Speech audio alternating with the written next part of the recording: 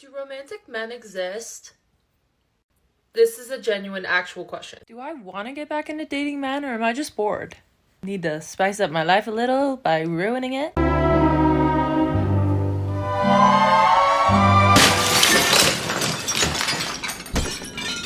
You know what narrative I hate the most?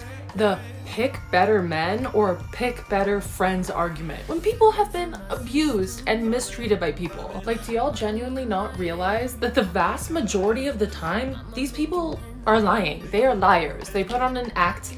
They are pretending to be somebody they're not, and we don't know most of the time until it's too late.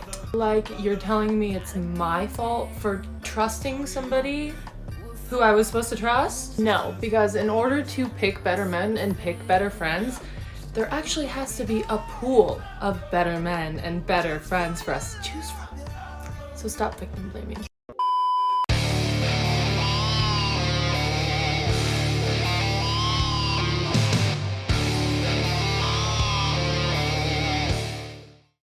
The name of the game in the year 2022, guys, seems to just be how much accountability can I remove from myself? Guys, you can sit there and you can tell these women until you're, blue in the face that maybe they should select better men, and maybe the reason why their dating lives are so absolutely terrible is because they are choosing the incorrect guys. But you know what? They will never listen, guys, because it's easier to continue to go and make these quote-unquote mistakes, go out here and chase Chad until you're 35, and then turn around and blame men. Because why would you take accountability when you can just blame other people for your own decisions? But what is going on, guys? It is Taylor the Fiend back again with another response video, and on today's show, guys, we are going to be kicking it off by breaking down some clips from this woman right here, guys. Now, before we jump in, as always, make sure that you come and join us over on Locals, guys. The link is in the video description. As always, we don't really know what the hell is going on with YouTube these days, guys, so make sure that you come and join us over there. If you're interested in supporting the channel, there is also an option for that. But guys, let's jump right into this woman right here. Take a listen to what she has to say. As always, remember to leave your thoughts and your comments, and let's take a bit of a listen. You know what narrative I hate the most? The pick better men or pick better friends argument. When people... It's not a narrative. It's something that you should be doing, right? It's not like a story, like a narrative that everybody lies to you. It's like, no, seriously, pick better friends, pick better men. Okay? Girls never want to hear this, man. They never, ever want to hear this because it says to them that they are making the wrong decisions. It's taking accountability.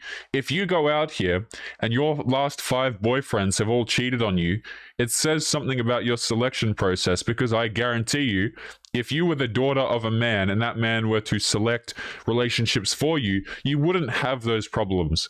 A lot of these girls, guys, they try and paint it as though they have no idea what the hell is happening, when in reality, they have no chance of getting the guy to commit anyway.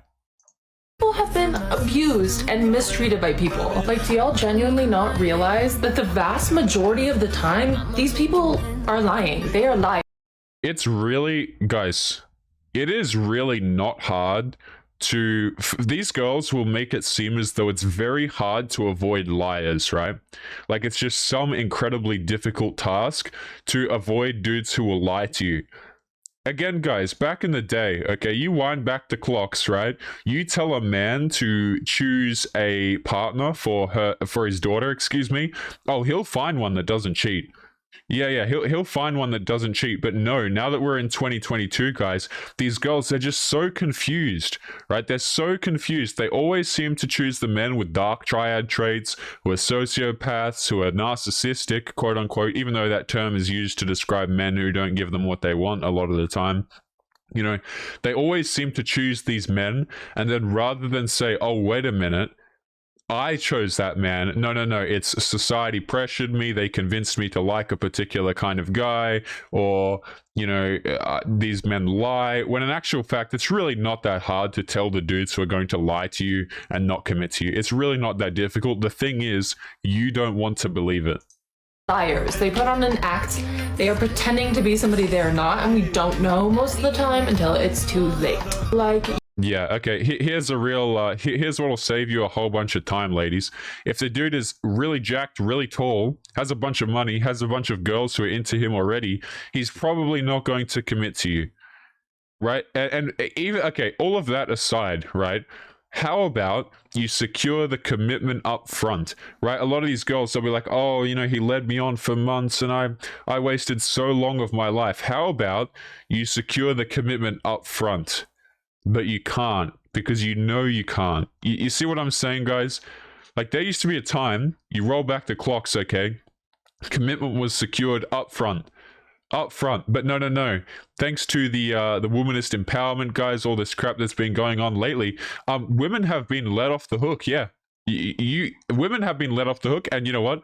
Men have been let off the hook, because men don't need to commit anymore. Men do not need to marry you anymore. This is why, guys, I have no sympathy at all. Like, absolutely none. Dudes don't have to marry you anymore. We don't have to look after the kids. You've got the government for that. Okay? So you want the men's commitment? You want, you know, dudes have no reason to commit to you. I don't think these girls understand that there is actually no reason. A lot of the guys, even the dudes at the bottom who can't get a lot of dates or maybe get a girl here and there, they realize that there really is no point taking these girls seriously. A lot of them truly do understand that. You're telling me it's my fault for trusting somebody? I'm telling you, it's your fault for making your own decisions, right? The decisions that you make, they have consequences.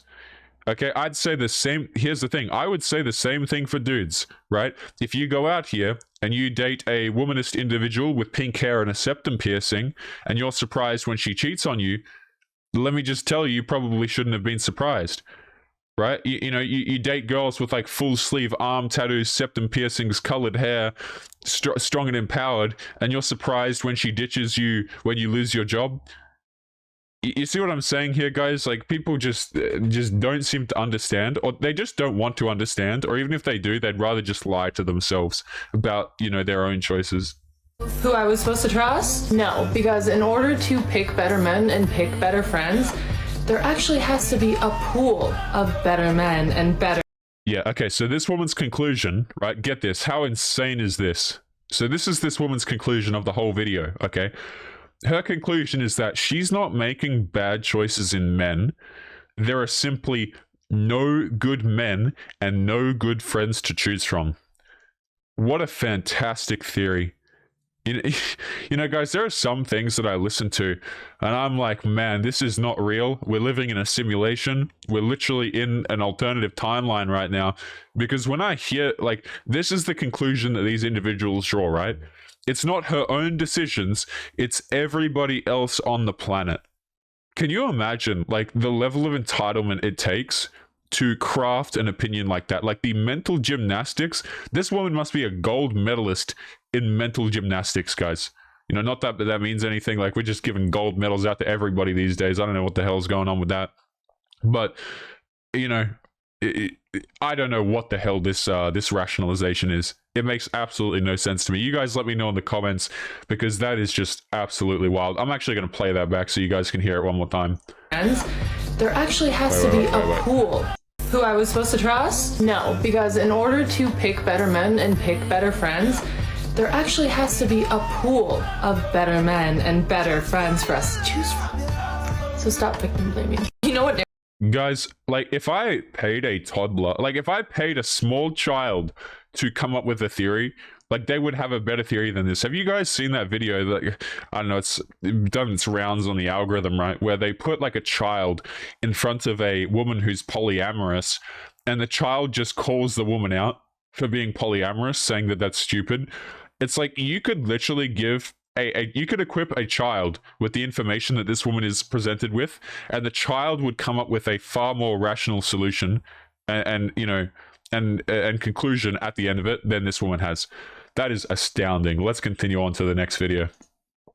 Romantic men exist. Hang on. I gotta play it from right at the beginning. Romantic men exist. This is a genuine, actual question. Yeah, well, they're actually, to answer this woman's question, they're actually thinning in numbers. But yeah, there'll be dudes who are out there who will do absolutely anything for you. You just don't want them. Okay, let's just like, guys, I'm literally not even trying to poke fun at the woman or be mean here. But like, let's take this for example. So this woman, she wants someone who's authentic, who's romantic, who's going to treat her like the, the quote unquote princess that she is. Guys, correct me if I'm wrong, but it looks like we have lip fillers and fake teeth at the bottom perhaps here. And we've definitely got makeup on, potentially a filter as well. Why is it that the individuals who jump up and down and say that they want romance, right? They want dudes to be authentic, insert any other adjective you'd like that comes under that umbrella right there. Why is it that these individuals are seemingly the most inauthentic individuals on the planet, right? It's always the people jumping up and down, claiming that they want something that they don't even represent themselves. Amazing stuff. Let's continue on to the next video. Do I want to get back into dating, man, or am I just bored? Need to spice up my life a little by ruining it? Do I want... So she says, do I want to jump back into dating men or am I just bored? Have you guys noticed? I've actually seen a few of you guys comment this in the video descriptions, okay?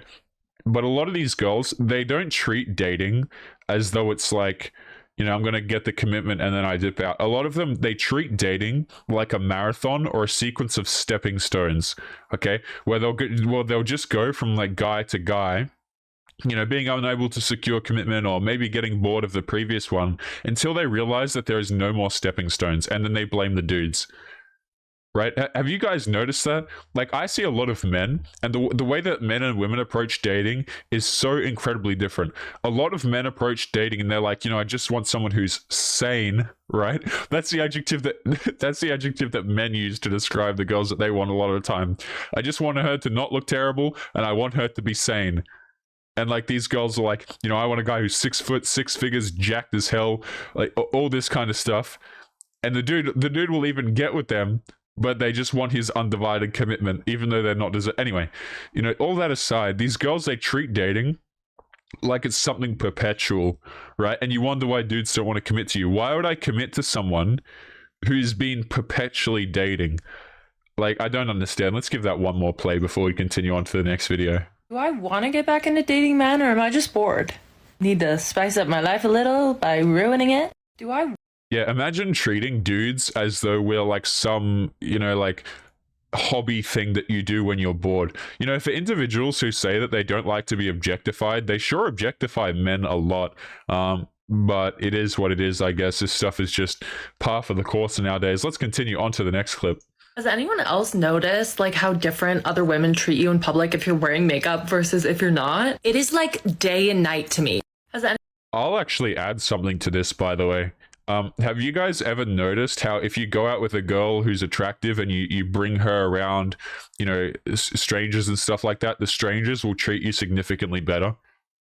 Right? Like, guys, I'm kind of like a spook. I would say I have a spooky looking stature, right? I'm 6'3". I have hair like my my avatar does, and sometimes I'll walk into shops and I'm like scared that I'll like trip on a kid and just knock it out or something like that, right? So people will sometimes look at me and they'll like they'll look at me about, oh geez, right?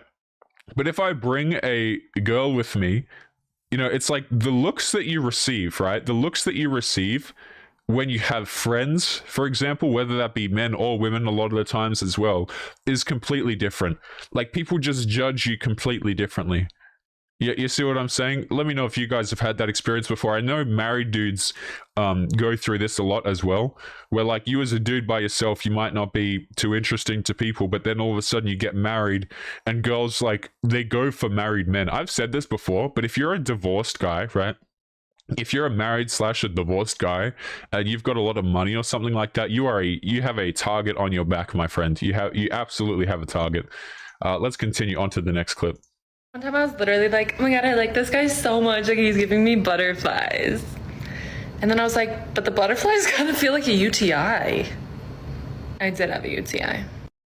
You guys notice as well, I start every sentence like that, man, but they'll bring up butterflies so incredibly often, but it's actually a huge thing, right? Like, and butterflies, when they say butterflies, a lot of the times, guys, I interpret that as just straight up anxiety nowadays, right? Girls, again, they'll say that they just want positive experiences, but if they just have positive experiences, they don't get these quote unquote butterflies, right? You'll notice that men who lose all of their mystery to their girlfriends, hell, it could be your wife of like, you know, a few years even. If you're a dude and like you lose too much of your mystery and stuff like that, a lot of these women, particularly the modern women, will get bored of you quite quickly. Right? Isn't that a crazy concept to think about, right? Where a lot of dudes straight up loyal, right? A lot of these girls, they're like, oh, you know, if I'm missing the butterflies, then I guess I'm just going to replace him. And they wonder why men don't take them seriously anymore. Let's continue on to the next one. I broke up with my first long-term boyfriend because he was a liar and a cheater. The first thing he said to me was, "We're going on vacation with my parents in a few months. Do you think this can wait?" And I was like, "Can what wait? The breakup?" And he was like, "Yeah." I'm sorry. What? Guys, this woman, okay, so she says right off the bat, she says her first long-term relationship, okay? So what does that tell you? First of all, before that, she's had a myriad of short-term relationships as well as situationships, I'd gather, in there, okay? So right off the bat, she makes it sound as though, isn't it interesting, the positioning of this, right? Her first long-term boyfriend, and it kind of supposes that like she only dates seriously, right? But that's not, if you think about it for 2 seconds, it's like, wait a minute, you know, this might be your first long-term boyfriend, but what about the rest of those boyfriends and those dudes who didn't want to be your boyfriend? So that's right off the bat here. Second of all, why are we making TikToks about this? I never understand, like, people will go through personal stuff in their life, whether that be like, you know, they'll get cheated on or whatever, and then they'll just like throw it out for the internet to see. Okay, and moreover, you've got to understand that this stuff, it still plays in girls' heads. I know a lot of you guys are very familiar with this term by now, but like alpha widowing, you'll see a lot of girls who will say like, oh, I'm over my ex, he treated me terribly, insert like blank number of terrible behaviors, you know, cheating, lying, whatever. But notice how their thoughts are still completely revolving around this particular guy. Right, and this is what happens, okay? Like a new guy comes into the picture. Maybe he's actually, you know, a fantastic guy. He comes in. Not to say that the previous guys weren't fantastic either. A lot of these problems that these girls say are oftentimes, you know, really not the whole story. But let's just say you as a guy, you come in, you want to step up and you want to treat her right, not like the rest of the guys. What you come to notice is a lot of these women, they're still attached to previous boyfriends. They're still attached to that guy from a few years ago, that lawyer, that guy who earned a lot of money, that guy who was, you know, gifted in the bedroom fund, shall we say, right? And a lot of these girls, they're not, like, they're single, but they're not really, right? Because they're still attached to previous dudes. Let's continue on to the last video, guys, and then we will jump into today's magazine article. Don't feel the need to explain yourself to anybody. At the end of the day, everyone is going to see you how they want to. If someone wants to see you in a bad light, they will, and no amount of explaining is going to change that. So let them think the worst. Who cares? Fuck them. I actually kind of agree with this a lot of the time, guys. Like, this might be the one video that I kind of agree with. I see a lot of dudes in particular will try and like explain themselves when they have no business explaining and apologizing. Right? If I could like cut the word, you know, apologies out of most men's vocabularies, I absolutely would. I think dudes over apologize for stuff. If you're someone who catches yourself apologizing a lot, really try and cut that out. It's obviously it's okay to apologize, you know, if you screw up and you do things that you view as terrible. But if you're not sorry for something or you have no business being sorry for it, guys, don't apologize. Like sincerely don't. There's no need, right? I'll see dudes, right, and they'll be like, oh, you know, my girlfriend cheated on me, and then she like why are we sitting down like explaining ourselves to people? I actually agree with this video, right? Guys, like, don't be sitting down having these long ass conversations trying to explain yourself. If you feel like you really did something wrong, you can apologize, but for the most part, guys, I really find that a lot of guys are over apologizing for crap that they have no business apologizing for. But guys, let's continue into today's magazine article, and now's a good time as well, guys. Remember to drop a comment on some of the things we have covered here today. Let me know what you guys think in the comments. Now let's jump into this article. And I thought this was an interesting one to jump into. A lot of these articles that I cover, guys, I just, you know, roast the hell out of them basically because they make no sense to me, particularly, you know, with girls and dating. Like, a lot of these magazine articles. They just give absolutely terrible advice as it pertains to dating. But this is one that I might agree with, so I thought I'd actually bring this one, and let's take a read of it. It says, entitlement has no place in today's dating landscape. People should not believe that others owe them affection just because they are nice. Right, now this is a bit interesting. I thought I'd agree with this. Now we're leading into some feminist garbage, so let's see where they take this. Mutual attraction is a memorable and irreplaceable experience, especially the first time it happens. The feeling is special, but some never experience it. While missing out on dating a crush is disappointing, no one should feel entitled to another person's time and feelings. There is a group out there that feels society owes them a mate, and this way of thinking is harmful to not only those who believe it, but the people around them as well. You are only entitled to the autonomy of your own body and self, even though someone else's feelings may impact you. That shouldn't give you control over how they feel. While these facts are understood by the vast majority of the population, there are people out there who handle rejection through anger and vengeance rather than acceptance and closure. I can get behind that. Right? I'll see situations, gentlemen, where like an individual will get broken up with. Maybe you've got broken up with in the past or something like that, and like you want to sit down and you want to sit down and talk it out for hours and hours and hours. Guys, there is nothing more effective than just saying okay and walking away. Right, nothing more effective. We read a Reddit article recently, right, where a guy was like his girlfriend or his wife or something wanted to open their relationship or something, and apparently they had hours worth of conversations about it. Guys, these are things that are not discussions. You want to break up? We're done. You want to open the relationship? We're done. Really not discussions to be having, guys. Really not. Makes no sense to me. Blah blah blah. This entitled group of people is also known as involuntary celibates. Okay, this is where we might divert in a bit of opinion here. Very interesting. So what we've done is we've taken a good premise, and then what we've done is we've targeted at involuntary celibates. Now guys, this is a term, by the way, that is used to shame men, even if men are not actually involuntary celibates, right? Like, you will notice a lot of girls in particular, they'll throw around this term, even though the dude's not, you know, an involuntary celibate. It's kind of like me just going out here and just calling women 304s and, you know, WHO, etc., right? Like, it's kind of like me just going out and throwing around these terms at people. Fantastic stuff. But of course, when it's directed at men in particular, nobody seems to give a crap. So I think we agreed with this article for what, 1, 2, 3, 4 sentences ish, no, 3 sentences ish, and the title. But here we are. Let's take a listen. That changed quickly, didn't it? Attraction is one of the few purely subjective parts of life. There is no set rules for what anyone must like or dislike. The idea that any one trait entitles you to not only a shot at a relationship, but an explanation of why it falls short is laughable. Jacob Frazier, a sophomore a psychology major, said the proper way to handle rejection is to move on rather than do something to get back at them. I agree. I felt angry and wanted more after a rejection too, but that doesn't mean that I can act out because of it. Incels feel marginalized in some capacity every time a man commits a crime of passion due to rejection from a woman or expresses feelings of self-doubt due to loneliness. While this is not a way of thinking found exclusively in men, the negative results usually are. Okay, I can't really cover that stuff on the channel. Let's continue. Harmful ways of thinking like this must end. No one is entitled to another person's attraction, no matter how nice you are to them or how perfect you would be together. Every individual is responsible for their own thoughts, feelings, and actions, but if it leads to a rejection, people just need to accept it. The problem has gone further than teenage boys too, which is why it's important to recognize the attitude and stomp it out before it becomes a mainstream way of thinking. Alongside this entitlement is that other groups on social media, namely on Twitter, argue that rejecting someone due to a gender change is transphobic. This attitude not only sets transgender acceptance back, okay, we are just devolving quite a bit, aren't we?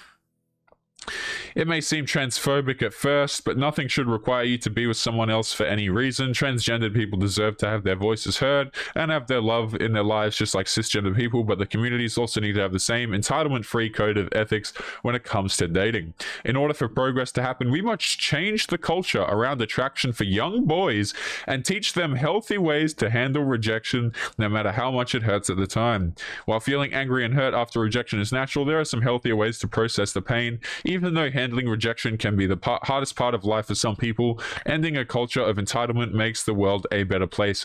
You know, I can actually agree with handling rejection the correct way, guys. Obviously, you know, you don't want to get emotional and stuff like that. That's obviously terrible. Here's the thing. I actually agree with quite a few of the tenets of this article.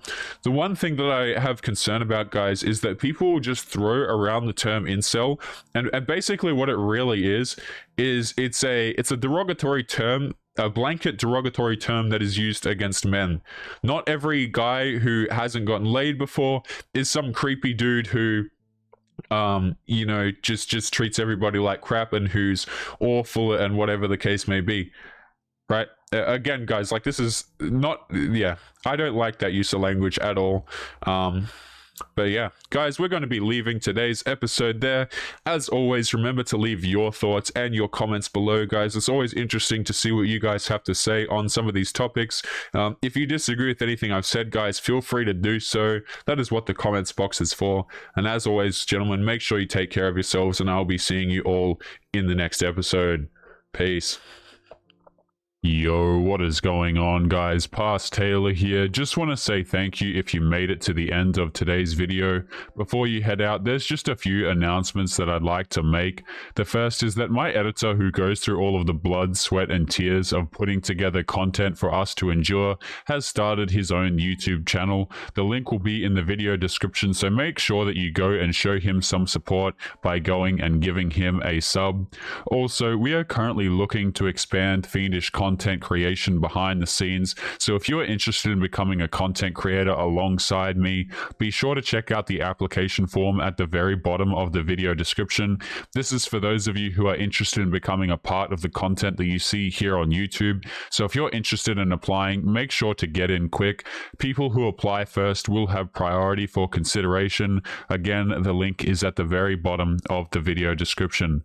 Lastly, if you guys are interested in supporting the channel, there are links to both Patreon and locals below the video, guys. I'd like to extend a huge thank you to the supporters on those two platforms. You guys allow me to make these episodes, and your support is greatly appreciated. As always, guys, make sure you take care of yourselves, and I will catch you later for real this time, guys. Peace.